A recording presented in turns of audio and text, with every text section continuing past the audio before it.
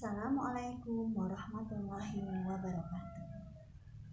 Bertemu lagi dengan Bu Halibah di mata pelajaran PPKN. Sebelum kita lanjutkan untuk materi yang pertama, kita awali dulu dengan baca basmalah bersama-sama. Bismillahirrahmanirrahim.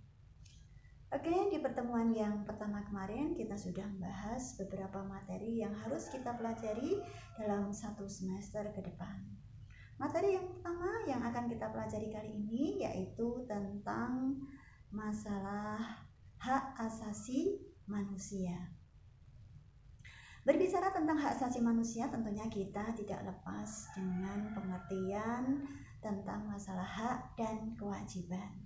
Ya, tentunya kalian juga sudah paham apa yang dimaksud dengan hak dan apa yang dimaksud dengan kewajiban. Kita ulang sekali lagi, apa yang dimaksud dengan hak? Hak adalah sesuatu yang kita peroleh setelah kita melakukan suatu kewajiban. Nah, tentunya kita juga pasti tahu apa yang dimaksud dengan kewajiban. Kewajiban adalah sesuatu yang harus kita lakukan. Dah ya? Oke, sudah paham? Masuk ke materi yang akan kita pelajari saat ini yaitu tentang masalah hak asasi manusia. Berbicara tentang hak asasi manusia, tentunya kalian sering kali mengatakan sesuatu yang mungkin tidak kalian sadari. Ada satu candaan, ada satu kehidupan, ada satu komunikasi dengan teman, ada muncul kata-kata, ya terserah akulah, itu kan hak asasiku sendiri. Nah, kata-kata seperti itu secara sadar maupun tidak sadar kita sudah sering mengucapkan hal seperti itu.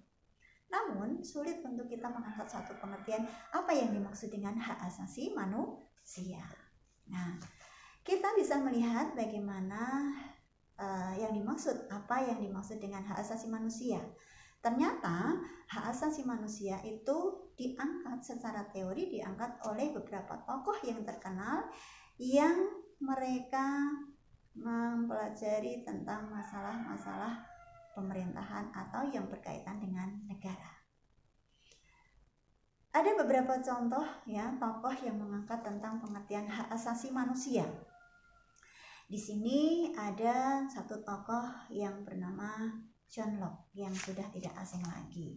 Ya, dulu kita kelas 1 juga pernah mendengar tokoh tersebut ya yang mengangkat, tentunya kalian masih ingat, mengangkat tentang teori pembagian kekuasaan. Nah, John Locke itu juga mengangkat tentang pengertian hak asasi manusia. Apa pengertian hak asasi manusia menurut John Locke?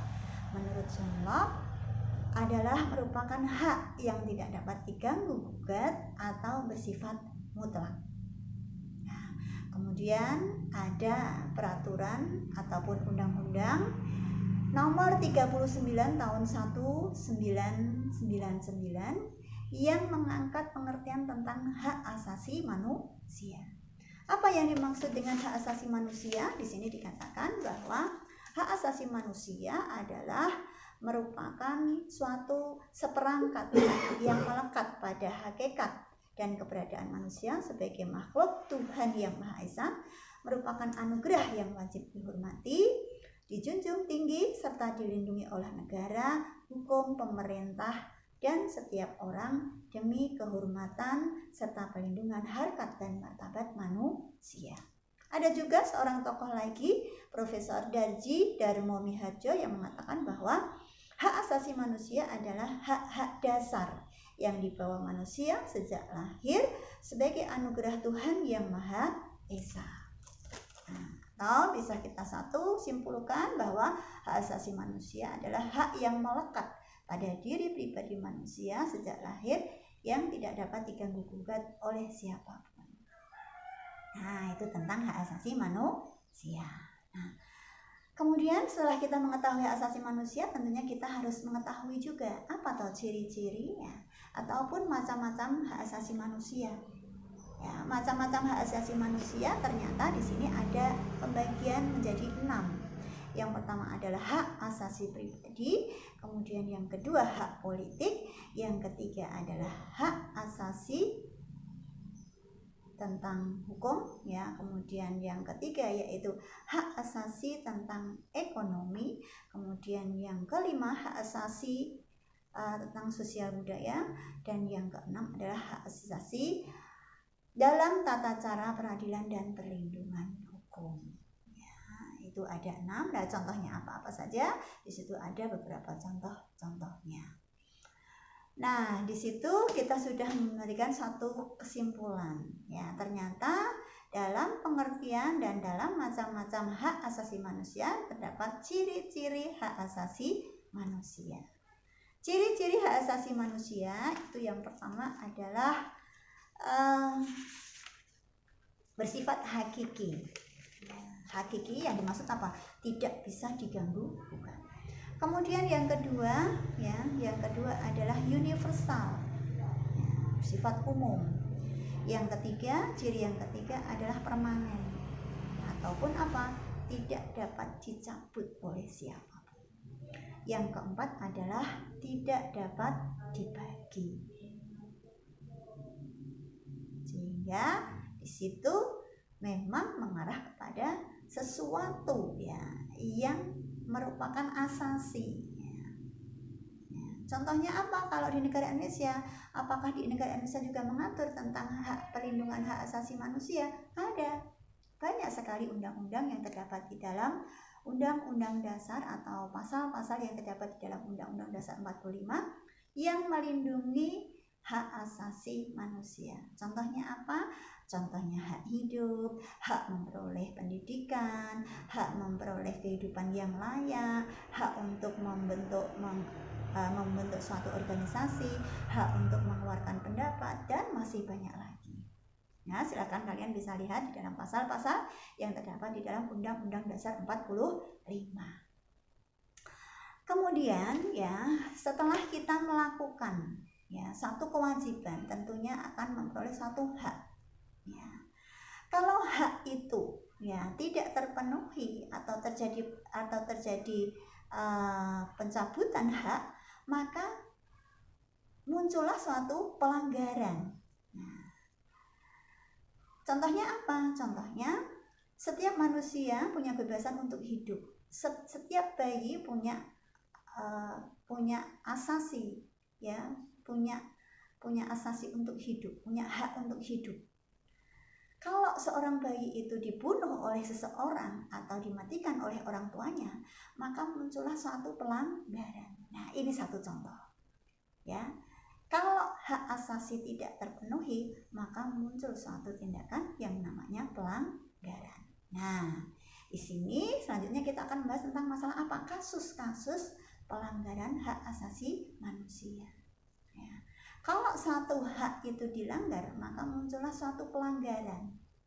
Kalau satu pelanggaran itu tidak dikasuskan ke ranah pengadilan, maka itu akan berhenti, ya, hanya sebatas pelanggaran saja.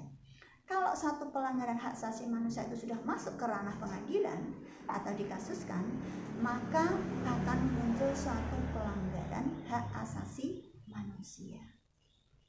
Nah, contohnya apa? Ya, yang terkenal, yang cukup terkenal, dan ini mungkin satu contoh pelanggaran hak asasi manusia yang sudah kita kenal di dunia, ya, ataupun di negara Indonesia. Contohnya apa? Contohnya kasus-kasus pelanggaran hak asasi manusia. Yang pertama tentang kasus Tanjung Priok. Nah, kasus Tanjung Priok tentang cerita tentang apa? Silahkan nanti kalian cari. Kemudian yang kedua ada satu contoh pelanggaran hak asasi manusia di dalam kasus Marsina. Siapa Marsina? Silahkan nanti bisa dicari. Kemudian yang ketiga ada kasus yang berkaitan tentang kasus Munir.